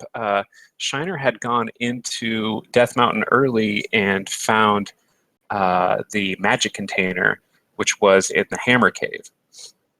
Yeah, And the so only item I didn't find, when I found those boots in 5, the whole time I was in 5, I was just, kind of running through my mind. Do I risk 4 or do I dive Death Mountain? Because those were the only 2 remaining spots that boots could be. And I was like, I probably have to do Death Mountain if boots aren't here, but I might have lost the race if boots aren't here. Yeah. Yeah, so I think when he first got to New Kasuto, he'd had the required magic for it, because I know that when you first went in there, you didn't have it. But then, like, luckily, a magic jar was like just down the road. So it was interesting. Like, it wasn't about. Oh, we just had a death at Barba from Shiner.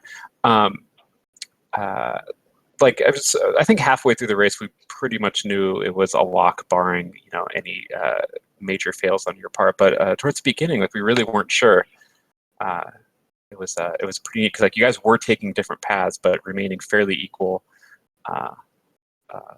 Yeah, Where counted. I felt like I didn't really make good decisions on the overworld early. Not finding that master key right away was right there. Yeah, yeah, that was the first thing that Shiner got. Yeah, it wasn't that big of a deal as it turned out because I was able to kind of boom, boom, boom palaces 1, 2, and 3 when the time came anyway. Mm-hmm. But that would have. You want to know if the master key is right there. For nothing else, it means you're not fishing for fairy quite as hard because it might not be accessible early. Yeah, that's true. So yeah, it's pretty neat, but it might have led to a little bit of difficulty on Shiner's part because he did go into, I think it was even just Palace 1 right away because he had the key, and I think he took a game over to Horsehead early. Like, he just had a little bit of trouble in there. So that is kind of the advantage of taking the palaces a bit later when you've got a few more levels in you, that you're less likely to take an early game over. Yeah, I'm usually a pretty big proponent of early Palace 1 dives because there's very little in 1 that's really dangerous, even at 1-1-1. But just the rhythm of what I was finding when didn't really lead me to it until I'd explored most of the West. Yeah, I mean, I advise going into to Palace 1 right away. I know that Dick Shake doesn't like to go into any palace if he isn't 100% sure to be able to clear it.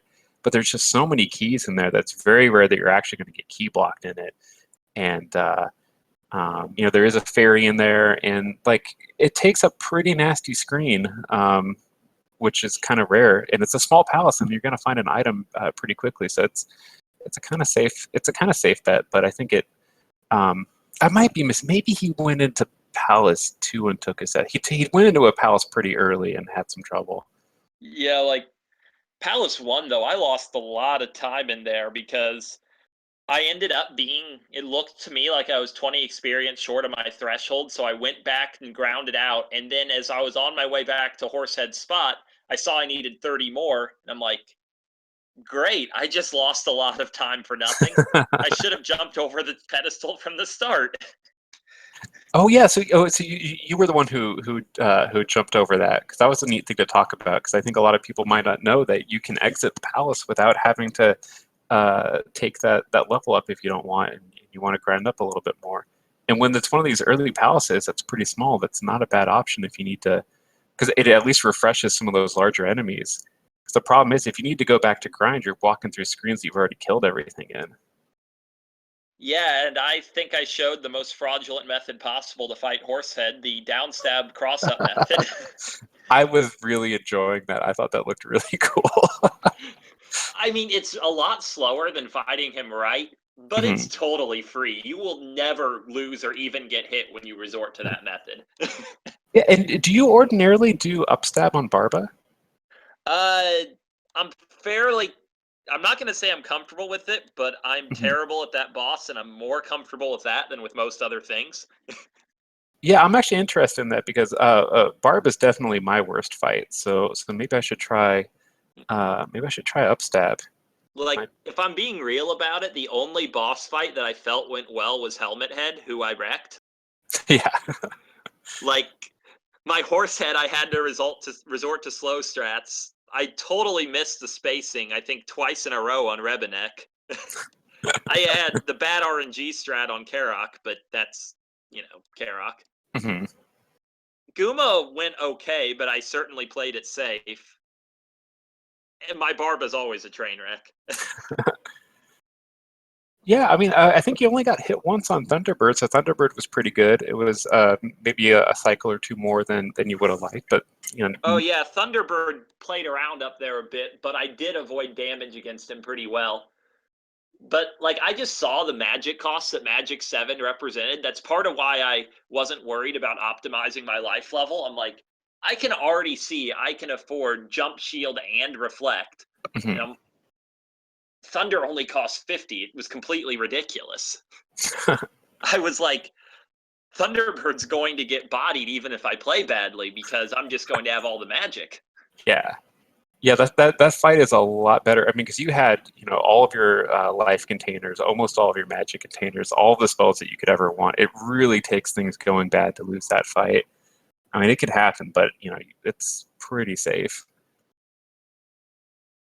Yeah, though I was hoping to do Shieldless Thunderbird because I was really hoping Reflect was in Old Kasuto. I correctly guessed where Old Kasuto was even. Across the horrible bridge.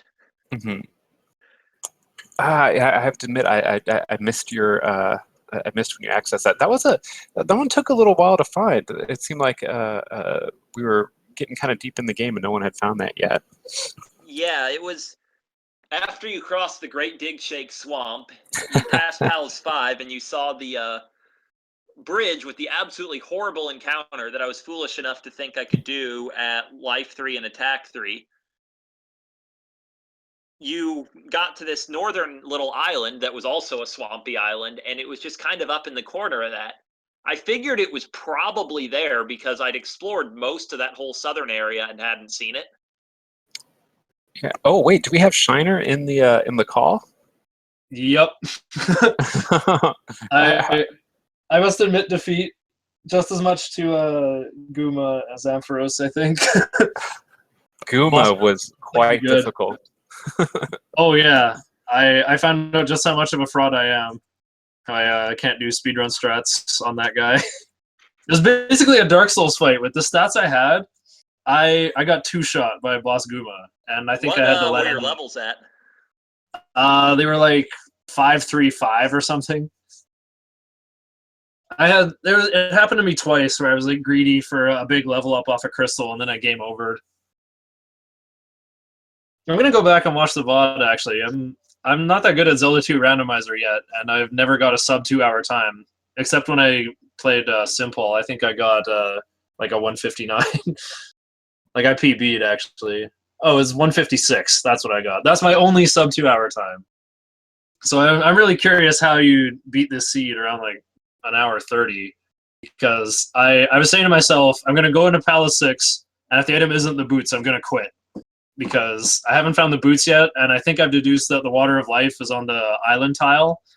So I would have to get the boots, and then go to that tile, and then go learn Reflect, and then go do Palace 4. Like, there's still so much for me to do, and I seem to have been, like, blocked and doing everything in the worst possible order. Well, everything you deduced was correct. The boots were in 5. I was too tilted to go back into Palace 5 after losing 10 minutes to that boss fight, so... Yeah, they weren't even. It wasn't even that hard of a path to reach the boots. You just kind of had to go up and hook around to the left, but it was completely the opposite way of Guma from the entrance. Okay, well, I've decided to forfeit the seed there because still too much left for me to do. I don't want to have people waiting an hour before they get to have the conversation. So I might finish the seed later, maybe on stream, off stream. I don't know, but it was pretty fun. I think another thing I might have wasted time on was going into Death Mountain early. Because if I find Death Mountain early, I check all the doors I can see just to see if I can get a cheesy item. And it's also a good way to gain experience before going into palaces, and then you can start getting the big crystal level ups. But Well, I didn't find the item right away. Oh yeah, that reminds me of what happened to me real early in the game, because I found that left Death Mountain entrance right away, and I got jumped by one of those desert encounters that was just so horrible. I couldn't get out without a game over. Then I found the other Death Mountain tile as my next cave, and I saw the rock, and I'm like, I'm cool with Death Mountain. I'll come back with the hammer if I find it. That's what most people do. It's probably the ideal way to approach Death Mountain. I think it generally is. I mean, in this case, actually, because Ampharos went over to the East Continent kind of early and wasn't able to accomplish a whole lot, that kind of balanced out your early Death Mountain exploration, and it really was Guma that did you in. And that was just it was hard to watch because you could only take, I think, 2 hits, and you didn't have enough magic to cast shield and life, so it was just shield. You managed to get across that horrible bridge encounter before going into 5? Because that's where shield was on the other side of that. Yeah, I know. I found shield later, but I just saw the palace and went, ooh, palace. I was really happy to find Palace 5 because usually you get a lot of experience in Palace 5. So awesome. I can get a big level up and then the crystal after. And then I had that fight going and it was a double KO. I got the last hit, but also got hit myself and missed getting attack 6 that way. Although, yeah, it was a 10-minute loss overall, but and I guess that snowballed into making everything else harder from there on. But yeah, I don't know. I'm probably not good enough at Zelda 2 Randomizer to expect to get that much farther in Winter's Side, but I'll just try not to go 1 and 2. I went 0-2 in the Dragon Warrior Randomizer. I'll be sure to put on a better show for this one at least. That did remind me, though, that trip to the east was not a total waste for me. I just remembered my epic battle with the Orange Lizalfos. It took 20 hits, and then I got the P-Bag, and I got attack 3. Oh, nice. We did make note of that. That was pretty awesome. You really did fight that thing for a long time. But it was great. I really was I'm going to up A, but I want attack 3. One of the main reasons I went east was to get attack 3. Yeah, I think that for as trolly and difficult as this seed was, there even though the race kind of wasn't close towards the end, there was a lot of fun moments, a lot of cool combat decisions. There was a lot to comment on this. I think it was a really enjoyable race. I had a great time watching it, and I think everyone in the chat did too. So you guys did put on a good show. And it's great that Shiner is still in the tournament because this is a double elimination tournament, so there's still the bonus bracket. So we're looking forward to seeing you progress through there. And I have to say that I'm really comforted that Ampharos is continuing through because he knocked me into the losers bracket. So it's always nice to see the guy who took you out doing well. I'm glad you're harboring, I guess we'll call it a reverse grudge. Well, it's great because if you go ahead and take this whole thing, then what was I supposed to do? Everyone else lost as well, so I don't have to feel bad. I don't know if I'll actually believe it happened if I take this whole thing, but I'll do my best. It's great. That's the really wonderful thing about the randomizer is that the way the game works is, just one decision to do something earlier, a left turn instead of a right turn can really balance out a whole lot of stuff. So you never know what you're going to get. I want to encourage everyone to follow the racers. JLo has just linked them in the chat. They put up a heck of a fight for us, and we really appreciate them giving it their best. Is there any last comments from you guys? I just want to thank everyone for watching. Like I said, I'm glad to put on a good show at least, even when the odds are stacked and I can't win. Yeah, this is going to be a great tournament. If you love Zelda 2, Randomizer's an even better way to enjoy it. I'm hoping we have another tournament on Master Flags myself. I actually enjoy like Master Flags more than tournament thus far. Before the new version came out and the modes like didn't have names like beginner, advanced, tournament, and master. They just had like the names of like different enemies in the game. So I was just practicing no candle and like everything as hard as possible. So looking forward to doing more of that too. The harder flags, it's like a completely different randomizer. It's actually making me want to learn like any percent. Yeah. Learn how to play the actual game without candle. Yeah, like I remember Dig Shake saying a big part of his motivation is he was hoping to get the typical seed under 2 hours. He thought that'd be logistically important for the tournament, and let's be realistic, most people are not getting under 2 hours on Master Flags. That's the truth. Well, I'm definitely not. I can't even get under 2 hours with a candle, so Well, we do know that the finals of this tournament are going to be on master settings, so whoever makes it to the end has that to look forward to. I would not enjoy that, but I know that there's a lot of people who are in the tournament who really do enjoy the master settings. So that's going to be a heck of a show. I mean, if I make it that far, I enjoy them, but I know if I play someone like Unos on them who's like, oh, 5 bird nights, that's not a big deal.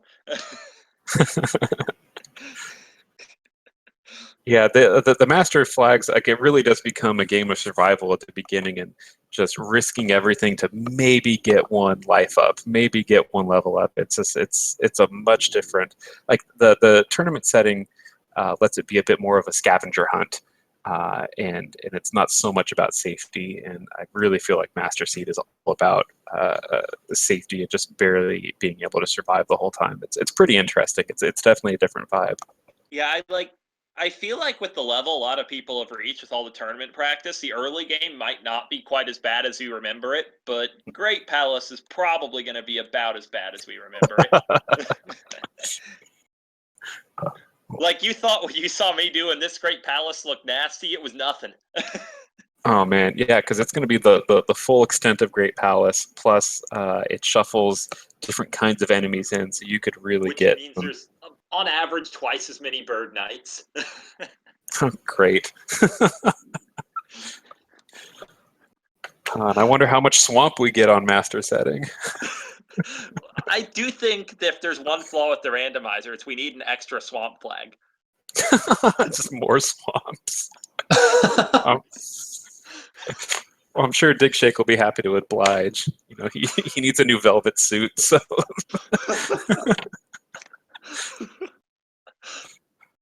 Well, we love Dig Shake, the man who created the randomizer for us, even though he's being paid by the swamp lobby. He's a great dude, so thank you very much. I want to get in on this racket. How do I invest in the swamp lobby? Oh man. So yeah, thank you JLo so much for providing the stream. Thank you Shiner and Amphros for putting on a great match. We look forward to seeing you both later on in the tournament. If there's no other comments, I think we'll cut the stream and talk to you guys later. Yeah, I'm ready to sign out. Thanks for watching, everyone. See you next time. Yeah, thanks a lot. Thanks for commentating this, Josh ED. Thanks for hosting JLo, and I hope everyone has a good evening. Have a good night, everybody. Bye-bye.